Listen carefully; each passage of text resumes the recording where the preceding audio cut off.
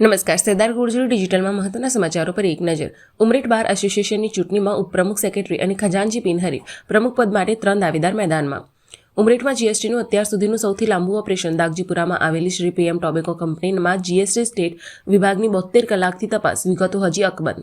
તારાપુર પાલિકા બનતા તાલુકા પંચાયતની 4 બેઠકો રદ. પ્રમુખનો વિસ્તાર પાલિકામાં ભરતા સભ્યપદ. બુધેજના સભ્યને સોંપાઈ જવાબદારી. ખેડામાં બીઓબીનું એટીએમ મશીન તોડવાના ગુના બદલ આરોપી શૈલેષભાઈ રાવલને 3 વર્ષની કેદ. પેટલાદમાં હાઈવે પર ઓવરબ્રિજ બનતા ગરનાળું બંધ કરાતા હજારો લોકોને હાલાકી. પૂર્વ ધારાસભ્ય નિરંજન પટેલની સાંસદને રજૂઆત.